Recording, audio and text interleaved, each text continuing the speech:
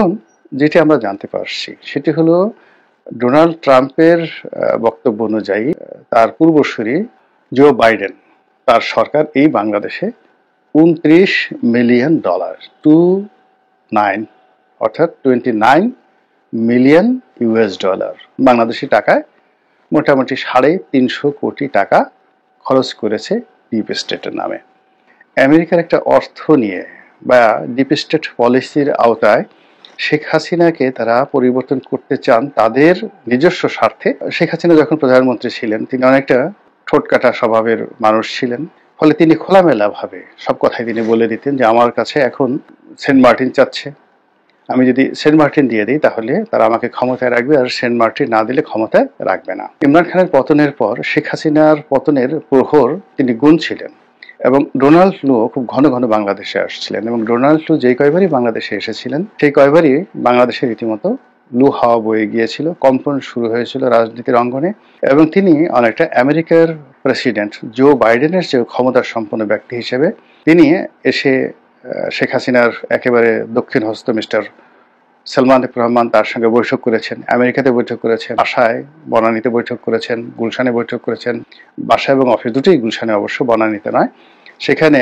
বৈঠক করেছেন। এরপর মিস্টার পিটার ডি হাস যেভাবে টেকনাফ থেকে তেঁতুলিয়া পর্যন্ত বাংলাদেশে ঘুরে বেরিয়েছেন এবং দুই হাতে অর্থ ব্যয় করেছেন, সেই রোহিঙ্গাদের মধ্য থেকে শুরু করে রাজনৈতিক দল, বিভিন্ন এনজিও, এরপর বিভিন্ন রকম গবেষণা প্রতিষ্ঠান, তাদেরকে যেভাবে অর্থ দিয়ে টাকা দিয়ে শেখ হাসিনা সরকারের জীবনকে তছনছ করে ছেড়ে দিয়েছে, তখন আমরা আসলে সাধারণ যারা জনগণ আমরা আমেরিকার পক্ষ অবলম্বন করেছি, অনেকেই আমেরিকার পক্ষ অবলম্বন করেছি এবং আমি নিজেও উচ্ছ্বসিত প্রশংসা করেছি মিস্টার ডোনাল্ড লুয়ের এবং মিস্টার পিটার ডি হাসের। কিন্তু তারা যে আমেরিকার একটা অর্থ নিয়ে বা ডিপ স্টেট পলিসির আওতায় শেখ হাসিনাকে তারা পরিবর্তন করতে চান তাদের নিজস্ব স্বার্থে, এটা আমরা বুঝতে পারিনি। ডোনাল্ড ট্রাম্প যদি ক্ষমতায় না আসতেন এবং তিনি যদি এই সকল ডোনাল্ড লু, পিটার ডি হাস এদের বিরুদ্ধে ব্যবস্থা না নিতেন এবং ডিপ স্টেটের যে সকল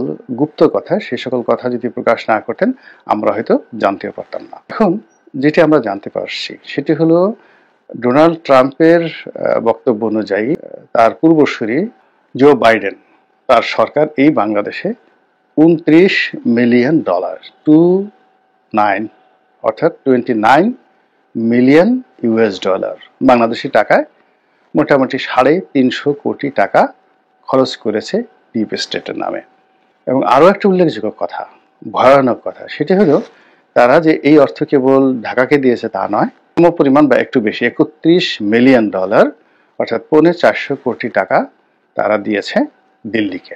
আরো আশ্চর্য ব্যাপার হলো যে দিল্লির অভ্যন্তরীণ রাজনীতিতে এই টাকা খরচ করার কোনো প্রয়োজন ছিল না, দরকার ছিল না। এর কারণ হলো সেখানে নরেন্দ্র মোদী ক্ষমতায় ছিলেন এবং নরেন্দ্র মোদী গণতান্ত্রিকভাবে নির্বাচিত এবং সেখানে যে হেডের উপর এই টাকাটা খরচ করা হচ্ছিল সেখানে সেই সকল শিরোনাম বা সেই সকল হেডের কোনো কার্যকারিতা নেই।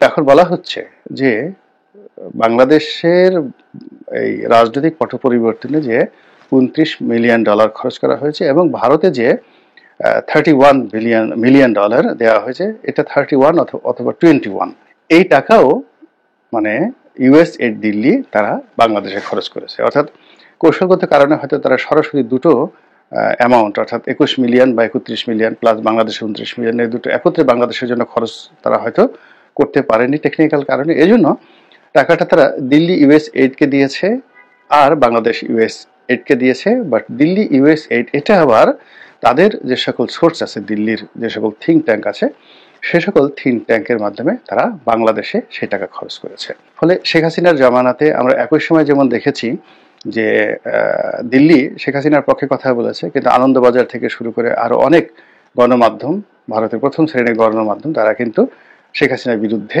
কথা বলেছে এবং দিল্লির অনেক থিঙ্ক ট্যাঙ্ক, অনেক রাজনৈতিক ব্যক্তিবর্গ তারা নিয়মিত বাংলাদেশে আসতো, তারা ঢাকা ক্লাবে বসে বা এখানে বিভিন্ন সভা সমিতি সেমিনার করে অথবা গান বাজনা করে ঢাকা ক্লাবে বিভিন্ন রকম অনুষ্ঠান করে এই সরকার বিরোধী অর্থাৎ শেখ হাসিনা বিরোধী চক্রান্ত তারা চালিয়ে যেত। এই হলো মোটামুটি মার্কিন যুক্তরাষ্ট্রে যে নতুন সরকার বসেছে মিস্টার ডোনাল্ড ট্রাম্পের সরকার, সেই সরকারের কর্মকাণ্ড, কথাবার্তা এবং বাংলাদেশে ডিপ স্টেটের যে কর্মকাণ্ড তা নিয়ে মোটামুটি খবর।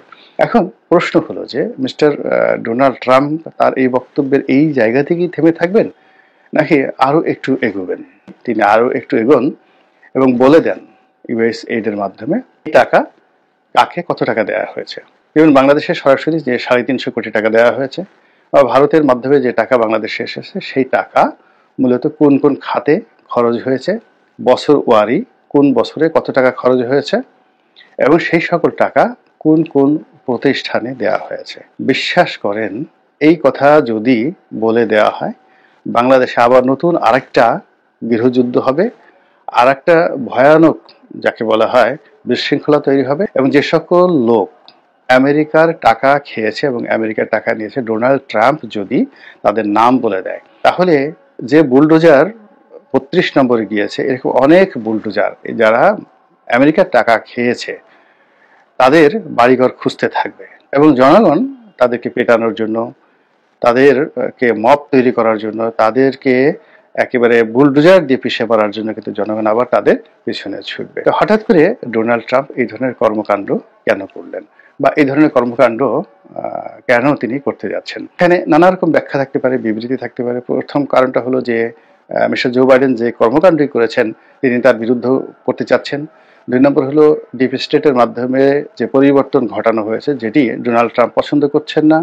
তিনি এখানে তার ভিন্ন কৌশল অবলম্বন করতে চাচ্ছেন এবং তার পছন্দের মানুষকে তিনি এই জায়গাতে সুবিধাজনক অবস্থানে দেখতে চাচ্ছেন। তো ডিপ স্টেটের মাধ্যমে যে টাকাগুলো খরচ হয়েছে তার দৃষ্টিতে এটি অপচয়। যারা নিয়েছে তারা ট্রেইটর, মুনাফিক, দেশদ্রোহী, দেশের বিরুদ্ধে তারা কাজ করেছে। কাজেই এই সকল ট্রেইটর যারা বাংলাদেশে বসে বাংলাদেশের টাকা খেয়ে আমেরিকার স্বার্থ সার্ভ করতে পারে, এই সকল ট্রেইটর যে কোনো মুহূর্তে আমেরিকার বিরুদ্ধে তারা চলে যেতে পারে এনি টাইম।